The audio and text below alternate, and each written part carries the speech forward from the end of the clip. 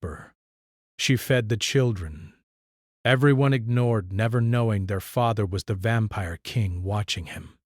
The city had a heart that no one seemed to see. Narrow cobbled streets wound through huddled homes, their walls blackened with soot and sorrow. Smoke curled from chimneys like the slow breath of forgotten souls. In this neglected quarter, where the world passed by without notice, a young woman moved among the shadows with a quiet purpose. Elara carried no title, no wealth, and no protection but her courage. Her hands, calloused and worn, had fed more mouths than the city's baker, and yet she carried her labor lightly. Her eyes, bright and gentle, seemed to capture light even in the darkest corners. But to the children she cared for, she was warmth, hope, and the promise that someone remembered them. Every morning she would rise before the sun and gather the scattered children in the alleys and ruins. Some were ragged from hunger, others hollowed by grief. They came silently at first, wary of the world, but they learned quickly that in Alara's arms there were no judgments, only patience. Eat slowly, she would whisper, her voice soft but firm as she passed bread and stew into trembling hands. The world may ignore you, but I do not.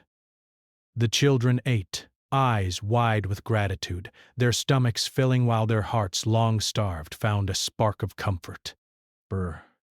Alara's presence was quiet but undeniable, a lighthouse in a storm no one else had noticed. But every light casts a shadow. From the darkened towers above the city, a pair of eyes watched. Dorian, the vampire king, remained hidden in human guise, an observer in the night.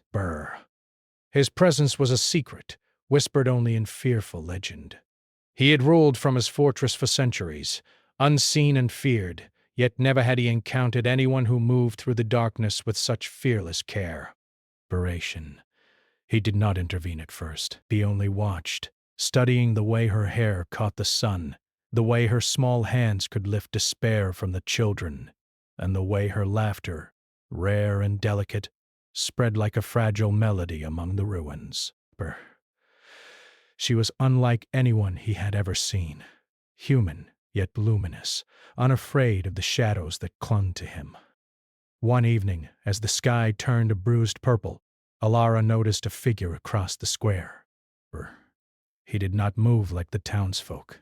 His steps were measured, careful, almost predatory. Yet there was no threat in the way he lingered at the edges of the street. The children noticed it too. A small boy, clutching a tattered doll, tugged at Alara's sleeve.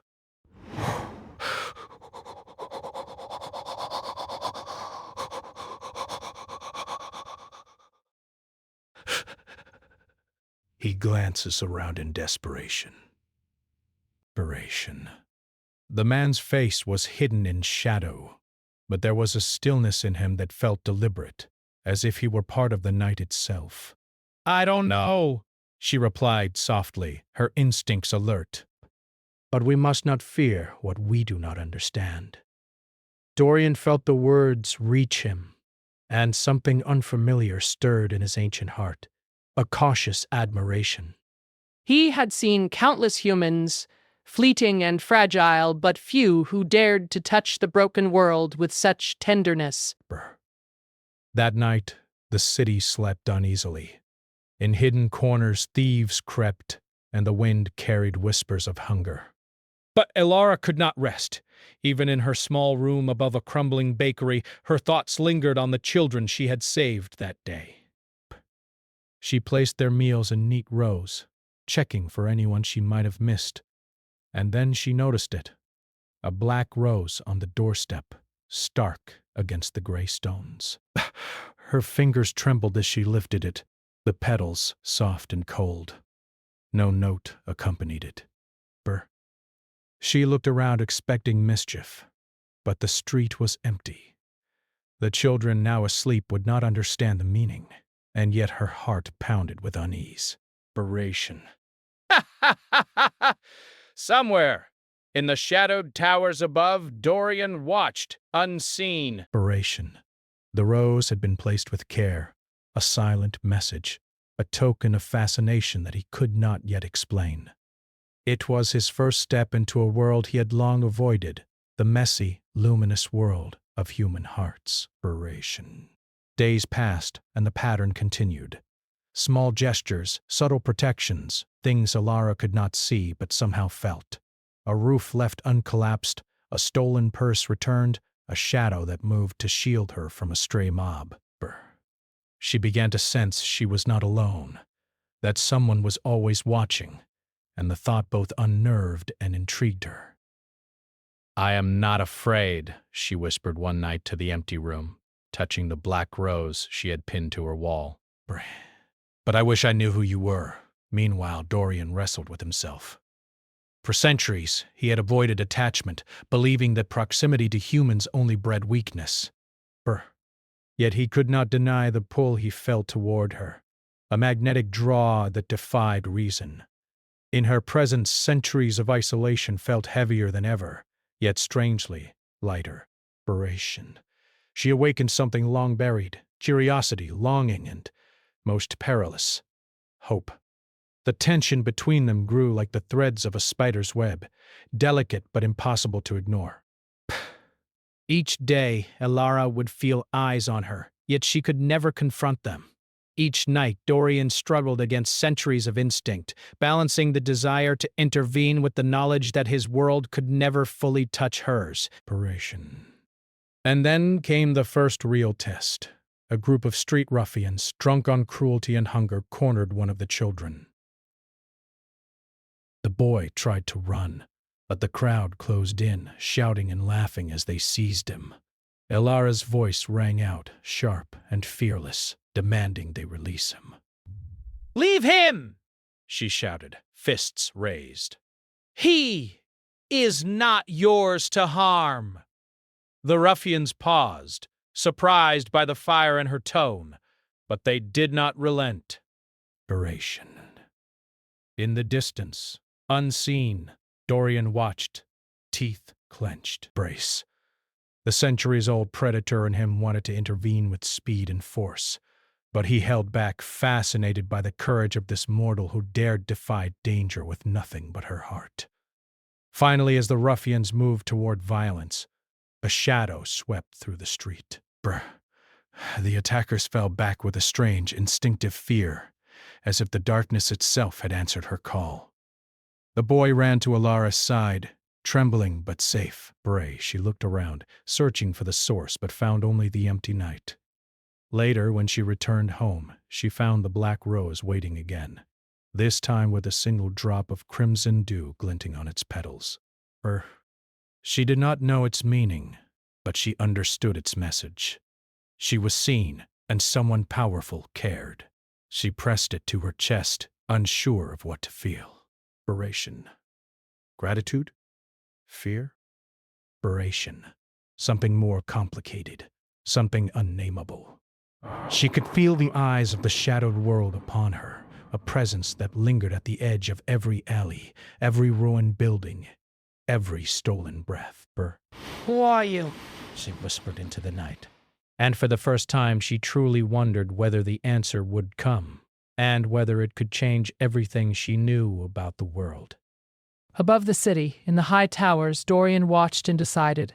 Soon he would step closer. The centuries of isolation had not prepared him for this. The delicate, fierce, unyielding light of a woman who fed the children everyone ignored. He did not know whether he was drawn to protect her, to learn from her, or to risk everything for her. Perhaps all three.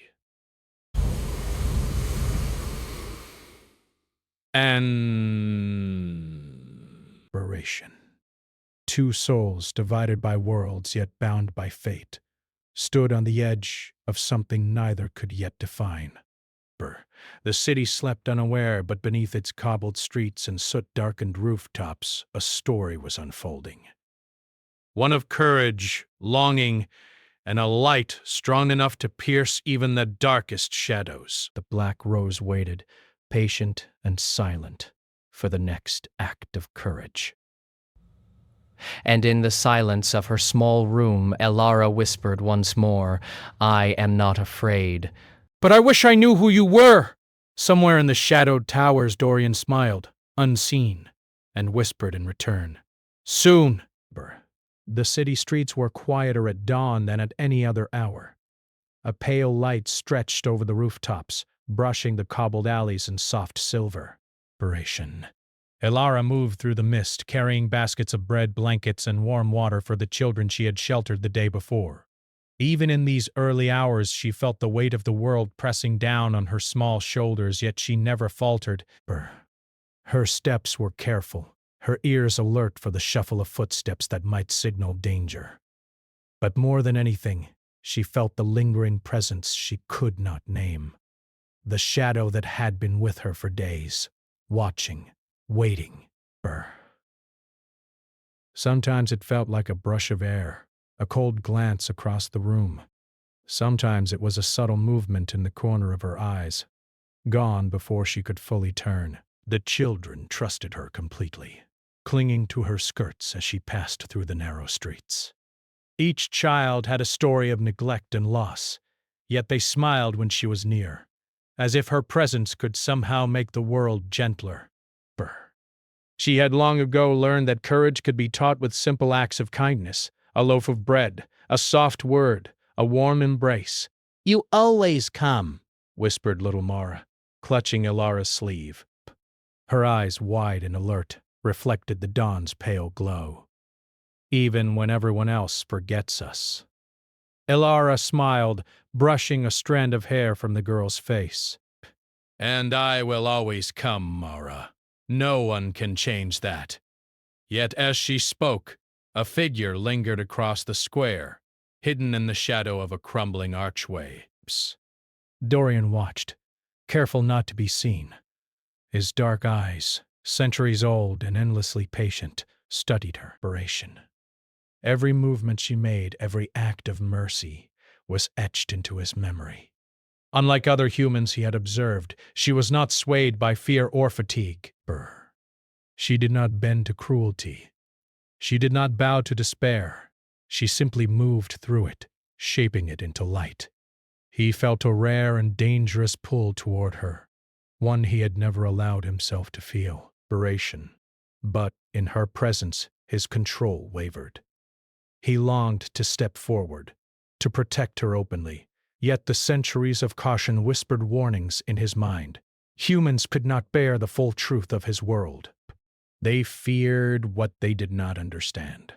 And yet, he could not remain a mere shadow forever. That morning, as Elara led the children to the safe courtyard behind the abandoned mill, danger arrived in a form she could not fight alone. A gang of city ruffians, desperate and cruel, spotted her and the children. They had heard rumors of the orphaned children being fed, clothed, and cared for. Rumors that sparked jealousy and greed. The men moved in, shouting and jeering, eager to take what they could. Elara stepped forward, her small frame trembling but unyielding. "Leave them alone!" she cried. "I will not let you harm them." The ruffians laughed at her words, and one of them stepped forward, brandishing a rusted knife. The children shrank back, tears brimming, while Elara's heart raced. She had faced hunger and fear before, but this was human cruelty made flesh. She had no weapon, no power beyond her courage and the love she carried in her heart. From the shadows, Dorian's patience finally broke. He did not intervene with violence. At least, not yet. Instead, he moved as a blur, a dark wind among the alleyways. The ruffians froze, each step he took sending an instinctive chill through their bones. The air itself seemed to press against them, heavy and unyielding. Elara noticed it immediately, a sudden hush falling over the street. She turned, searching for the source, and for a fleeting moment she saw him, a tall figure, darkly cloaked, standing just beyond the reach of the light. His eyes, ancient and unreadable, seemed to pierce through the world. Oh! Who are you? She whispered, clutching the children close. The figure did not answer. He did not step closer, but the ruffians, unnerved and fearful, began to retreat, muttering curses that sounded hollow even to themselves. Desperation. Within moments they scattered into the alleys, leaving only the echo of their footsteps. Elara exhaled, slowly, trembling. Thank you, she said, though she knew the figure would not hear. When she looked again, he had vanished, leaving behind only the faint scent of night and something darker, richer, and strange, a presence she could neither name nor forget. Desperation. For the next several days this pattern repeated. Elara sensed someone watching, someone protecting from the edge of her world. At first she feared it, but slowly curiosity replaced anxiety. Who was this figure who intervened without claiming credit? Why did he linger just beyond her reach, unseen yet always present? The children spoke of shadows, of a silent guardian who appeared when danger came too close. They described shapes and whispers in the night, never fully seen, never fully understood. Elara listened, unsettled yet captivated. One evening, after tending to the children and seeing them safely asleep, she returned to the square to gather water from the well. The moon hung low and pale in the sky, silver light spilling over the rooftops. She froze as a figure emerged from the mist, the same presence that had saved them days before. You again, she said softly, her voice carrying no fear, only wonder. A figure stepped into the moonlight, revealing his features for the first time. His face was sharp, noble, and beautiful, yet lined with the weight of centuries. Burris. His eyes, dark and penetrating, studied her with an intensity that made her stomach tighten. "I mean you no harm," he said, his voice low, smooth, and resonant. "But I cannot yet reveal myself fully." Elara tilted her head, curiosity mingling with unease. "Then why watch? Why protect us if you do not show yourself?" A shadow of a smile flickered across his lips. "Because someone must." "And because I am drawn to the courage you carry, the light you give to the forgotten." Her heart quickened. She had known admiration before, from neighbors or city folk, but never like this, never so potent, so impossible to explain.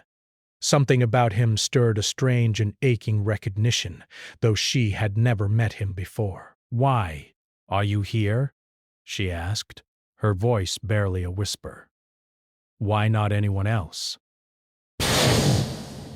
"Why not the powerful or the wealthy?" He paused, and for a moment the distance between them seemed infinite. "Because the world has forgotten you," he said finally, "and the world will forget you again if no one stands in the shadows." Elara shivered, unsure whether to step closer or flee. She felt the pull, subtle yet undeniable, of a presence that was at once terrifying and comforting. Desperation. I do not understand," she admitted. Desperation. "You will," he said, disappearing into the night as silently as he had arrived. "Soon." The children slept unaware that night, but Elara could not. She replayed his words, his voice, the strength in his eyes. There was a strange tension, a magnetic force she could neither name nor resist. The black rose, now pressed carefully between the pages of her journal, seemed to glow faintly under the moonlight, a reminder that she was not alone. In the following days, rumors began to stir. The city's wealthy merchants and minor nobles whispered of a shadow moving through the streets, of impossible rescues and uncanny interventions. None saw the figure clearly, but all felt the ripple of his presence. Desperation. And Elara, for her part, began to feel a strange hope, delicate and frightening, blooming in her chest. A fire broke out in the mill where the children's shelter was hidden. Flames roared, smoke choked the narrow streets, and panic spread like wildfire. Elara tried to carry the children out, but the heat and chaos forced her to falter. Desperate and nearly suffocating, she realized that the danger was beyond her strength. And then the shadow appeared. Dorian moved through the fire with unnatural grace, lifting children from the burning beams as if he weighed nothing at all. Elara watched, awestruck, as he fought the flames with calm precision, guiding her through the inferno. When the last child was safe, he turned to her for the briefest moment, his eyes locking with hers. You are stronger than you know, he said, voice low and reverent. Do not doubt the light within you. Before she could reply, he vanished into the night, leaving her clutching the children, hearts racing and breath ragged. The city would speak of the fire for weeks, but none would know who had saved them. None, except Elara. That night she placed the black rose beside the hearth, feeling the weight of it, the message within it, and the pull toward a presence she could neither see nor fully understand. She realized something she had not admitted before. She longed to know him, to meet him openly, despite the fear, despite the unknown. And somewhere above the city, in the shadowed towers, Dorian watched, aware that the connection had deepened. He had protected her, yet he remained a silent observer. He was drawn to her courage, her light, and the children she saved. But he knew the rules of his world. He could not yet reveal himself fully. Still, a choice loomed. His centuries of solitude and power were no match for the pull of a mortal heart that dared to illuminate the darkness. Soon he would have to decide whether to step closer, to risk everything, or remain in the shadows forever. And for the first time in centuries, he wondered if he could bear to stay hidden any longer. The fire at the mill had left the city in whispers. Children who had never known safety now slept under blankets, fed and soothed, yet the memory of smoke and panic lingered in their eyes. Elara moved among them, her hands gentle, her heart heavy. She had saved them, yes, but the realization that her world was not safe had taken root deep inside her. And yet, despite the fear, there was something else, a spark of hope that had not existed before. That spark came from the shadow that had protected them, the presence that had rescued them with a strength she could barely comprehend. She could not see him clearly, yet she knew he had been there. She could feel it in the calm that followed the chaos, in the way the night seemed less dark than it had before. Dorian had retreated to his tower after the fire. He observed the city from above, eyes tracing the streets, the alleys, the children who had survived because of him. His thoughts were heavy with the weight of his secret. One of the children, Mara, the small girl who had clung to Elara that first morning, was his blood. He had never intended to acknowledge her, never intended to step into her life, yet here she was, alive because of Elara. For centuries, he had avoided attachment. He had ruled through fear and mystery, never revealing his true nature. And now, a human woman, gentle and fearless, had drawn him into her orbit. Worse, she had done so without knowing the danger, without understanding the truth of what she had touched. Dorian knew he could not remain hidden forever. Secrets had a way of unraveling, and the longer he watched from the shadows, the more he risked both the children and Elara. Yet the thought of revealing himself terrified him. How could a mortal woman understand centuries of solitude, of blood, of power? How could she bear the truth of what he was? Meanwhile, Elara moved carefully through the city, tending to the children. Their lives were fragile, yet full of stubborn courage. She had begun to notice small things, stray coins left in the street, doors unlocked at just the right moment, shadows that moved in ways no human could. The city seemed to bend around her, subtly, inexplicably. And then the letters arrived. At first they were simple, small notes slipped under doors, telling her to be careful, warning her of dangers she could not yet see. She thought them strange, perhaps the work of a neighbor or someone with a sense of mischief, but soon the messages became more detailed, showing knowledge of events she had not shared, dangers she had not yet encountered. Someone was watching her with extraordinary care. The day she followed the trail of a warning, she stumbled upon a hidden courtyard.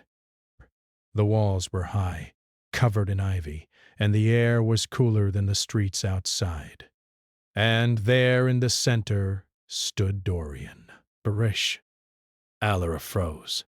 He was no longer hidden in shadow. The moonlight revealed the sharp angles of his face, the dark depth of his eyes, and the presence of someone older, wiser, and more powerful than any human she had ever met. You, she whispered, unsure whether to step forward or run. You're real. I am real, he said softly, voice like velvet over stone. But I cannot yet tell you everything. Not yet. Her eyes narrowed, a mix of fear and curiosity flashing across them. Then why now? Why appear to me? Because the dangers are growing, he replied. And because one of the children, one of them, is mine. Elara's hands froze around the edge of the gate. What do you mean? He stepped closer, though still at a distance that kept him untouchable. The girl you call Mara,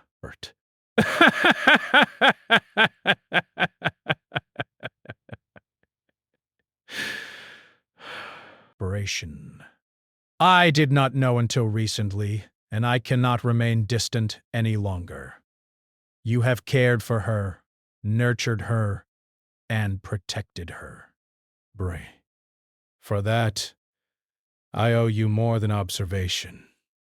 I owe you trust. Desperation. Alara's heart skipped a beat. A child she had loved, a child who had relied on her, was the daughter of a being she barely understood. Your daughter? She asked, voice trembling.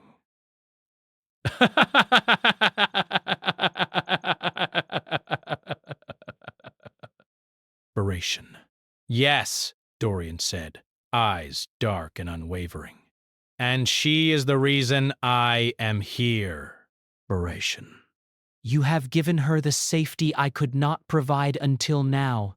You have shown her love without fear, and for that I am grateful. Alara's mind swirled with questions, fear, and awe. To know the child was his. Blood changed everything. Suddenly, the stories of a cruel, untouchable vampire king were complicated, softened by the human warmth she had witnessed in his actions. He was both terrifying and strangely vulnerable, a paradox she could not yet reconcile. Days turned into nights and the tension between them grew. Dorian continued to watch, but now he intervened more directly. Not always openly. Sometimes it was a shadow that shifted to guide a falling child, a hand that redirected a threat, but always with precision, always with care. Elara began to sense him not as a distant presence, but as something nearer, a force she could feel pressing gently against the edges of her reality. And yet, trust did not come easily. She had seen lives broken, hearts abandoned, and children taken away by greed or cruelty. Could she believe in a being who was both father and predator, human and something else? Could she allow herself to hope that someone like him could exist yet act with honor? The city itself seemed to recognize the growing bond. Stray dangers arose. Rogues seeking power, whispers of plots among the merchants, the subtle movements of nobility who feared any shift in control. The streets were alive with tension, and Alara and Dorian found themselves pulled into forces far beyond their understanding. One evening, Dorian brought her to the edge of the city, to a cliff overlooking the dark waters of the river that cut through the kingdom. The moon rose high, casting a silver path across the waves. He did not speak at first, letting the silence settle between them. "You have no idea what you have done," he finally said, voice low. "By saving the children, by protecting Mara, you have changed the course of more than one life. Perhaps even mine." Elara looked at him, searching for truth in the depths of his gaze. "Burse, and what does that mean?" she asked. "It means that I am bound to you," he said slowly. "Not in chains, but in choice.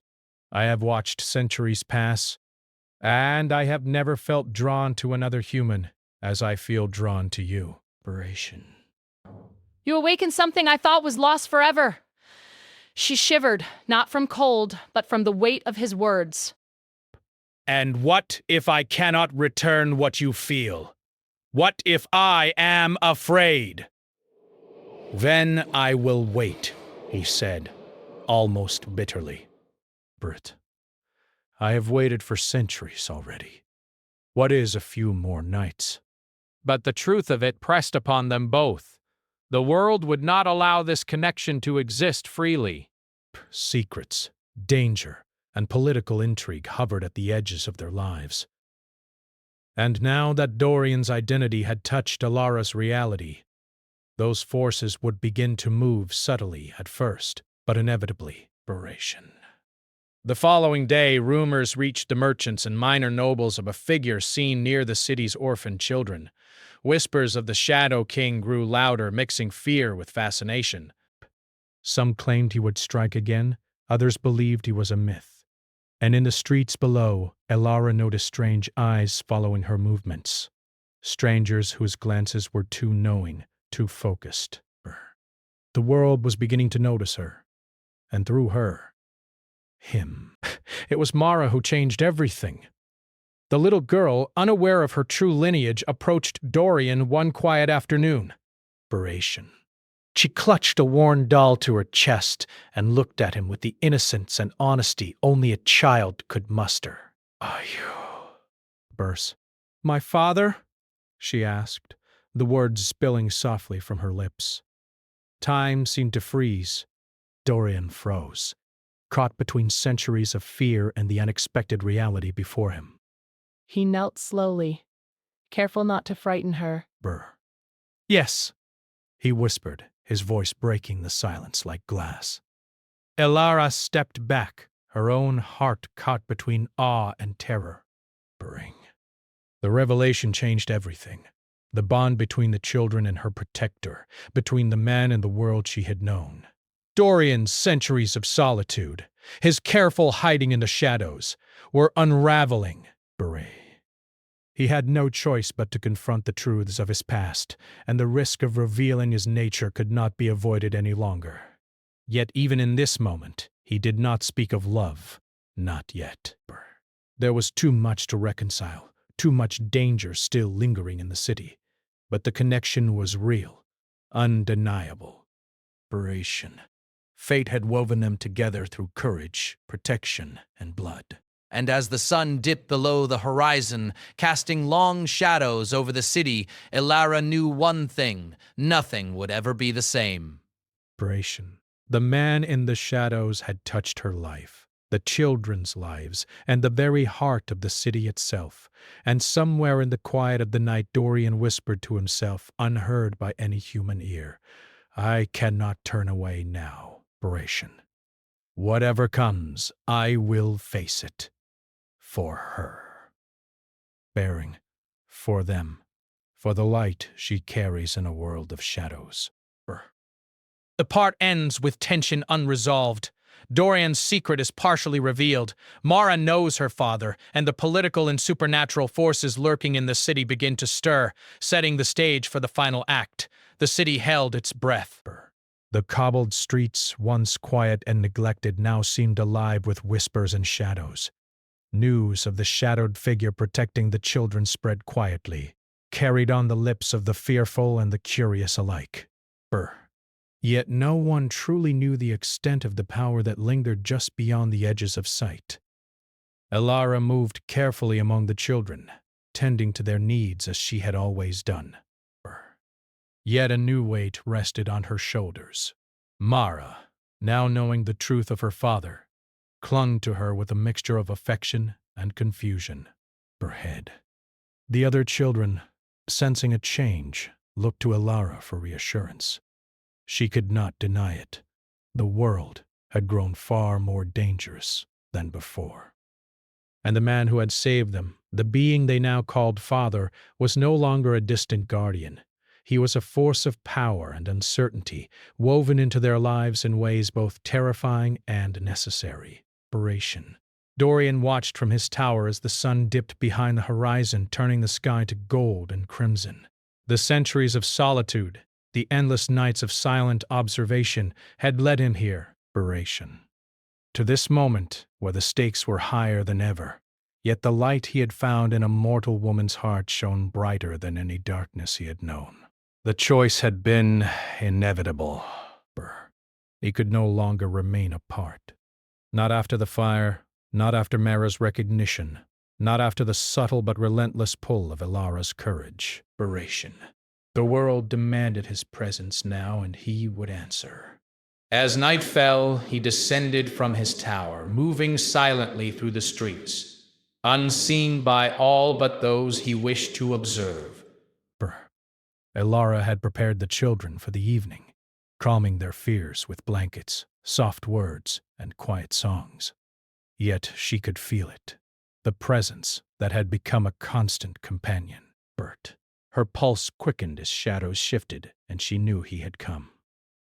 "You are here," she said softly, not with accusation, but with acknowledgement. Dorian stepped into the light, his dark cloak brushing the stones. His eyes, deep and shadowed, met hers. "I am," he said simply, "and I will not hide any more." The words hung in the air, heavy with centuries of unspoken truth. Elara took a cautious step forward, yet she did not flee. She had come to trust the presence, to understand that his power, though formidable, was tempered by his care for her and the children. "The city will notice," she said. "They will fear you. They will not understand. Let them fear," Dorian replied, his voice resolute. "Fear is easier to bear than loss. I will not allow harm to touch these children again, nor you." And so, for the first time, they stood together openly. The children, sensing the change, gathered around Mara, looking up at the figure they had once only glimpsed in shadow. Dorian knelt, letting Mara climb into his arms. The girl's small hands pressed against his chest, feeling the steady strength of the father she had only just met. Elara watched, her heart full of awe, and something she had not yet named. Hope, perhaps, or the fragile stirrings of trust that could grow into something deeper. She realized that courage was not enough on its own. It required connection, reliance, and the willingness to step into the unknown with someone else. The night brought more than revelation. Breath had reached the edges of the city. Nobles who feared the presence of Dorian in human form began to move, plotting to challenge his authority and seize the children as leverage. Stray mercenaries prowled the streets, testing defenses, seeking to exploit weakness. The city itself had become a battlefield of unseen forces, and Elara understood that she could not navigate it alone.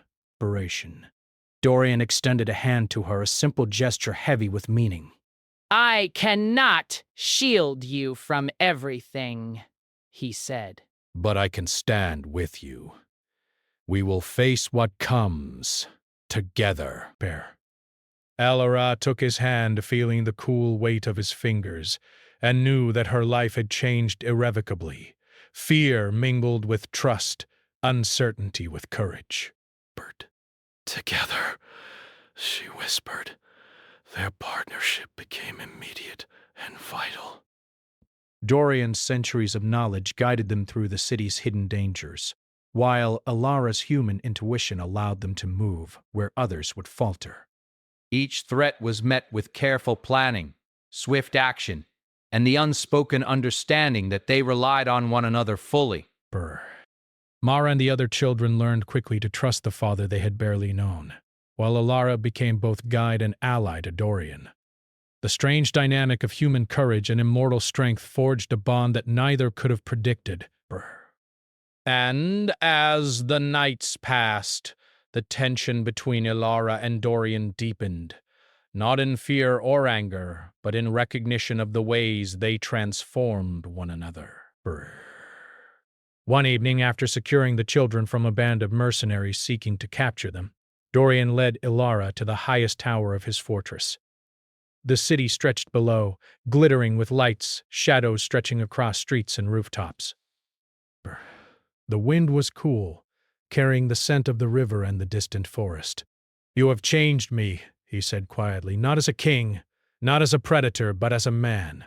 Immortal, yes, but touched by something utterly human. I believed that nothing could reach me, that no bond could last beyond centuries of solitude, and yet—" Alara looked up at him, her expression soft but determined. And yet. "And yet," he repeated, voice thick with emotion, "I am drawn to your light, to the courage you carry, to the love you show for these children. You have awakened something I thought lost forever." You have shown me that even shadows can bend toward the light. She had seen strength in him, yes, but never vulnerability so openly shared. The centuries of his isolation, the weight of his power, seemed to fall away in that moment, leaving only the truth of their bond. I never meant to," she whispered. "I only did what I could for them. For Mara." For all of them. But somehow it brought you here?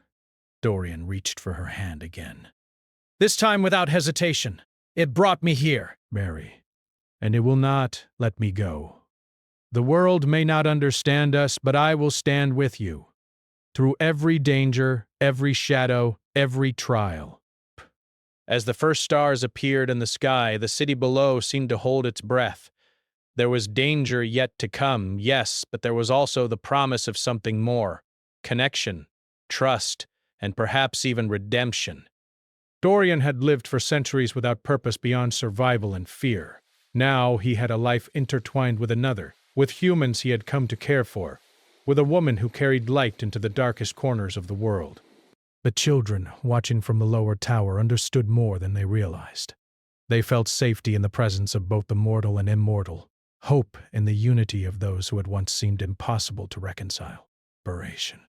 And Mara, resting against her father, knew the truth that even she could not yet fully name. Love could emerge from shadows, and courage could transform the darkest hearts. In the following days, Dorian revealed more of his world. He spoke of the responsibilities of his title, the dangers of his enemies, and the curses he had endured. Alara listened with awe and empathy, understanding that the man before her was not a legend or a ghost, but a being shaped by centuries of choices, mistakes, and pain. Yet, she did not recoil. She did not falter. Instead, she chose to stand beside him, not as a subordinate, not as a frightened human, but as an equal.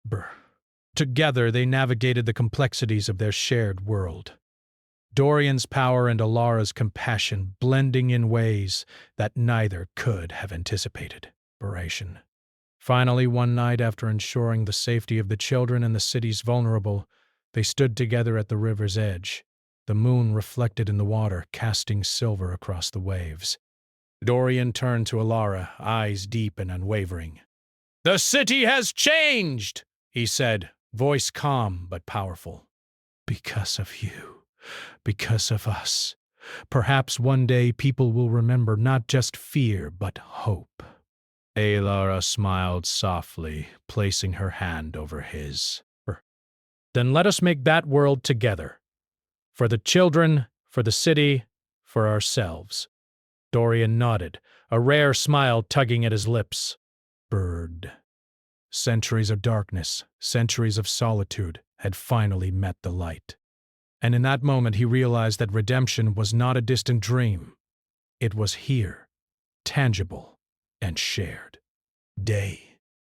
They turned toward the city together, the children following close behind. Shadows still lingered in the corners, danger still whispered in the streets. But for the first time, the future felt theirs to shape. And as the wind swept through the streets, carrying both fear and hope, Dorian whispered to Alara, just for her ears, "Whatever comes, we face it together. You have given me more than I ever thought I could have. And I will never let go." Alara pressed her hand to his, feeling the weight of centuries, the fragility of human life, and the strength of immortal loyalty. And I will never let go either, she said softly, her voice steady despite the storm around them. The city slept beneath the stars, unaware that its guardian had stepped fully into the light. And above it all, a new dawn waited, not just of day, but of hope, trust, and transformation. Shadows and light had intertwined, and the world, for the first time in centuries, felt balanced. Alara, Dorian, and the children stood together, a family forged in courage, shaped by loss and bound by love. The night was theirs, but the future belonged to all of them. And somewhere in the quiet of the city, the wind whispered across rooftops and alleys. The Shadow King had chosen the light, and the light had chosen him in return.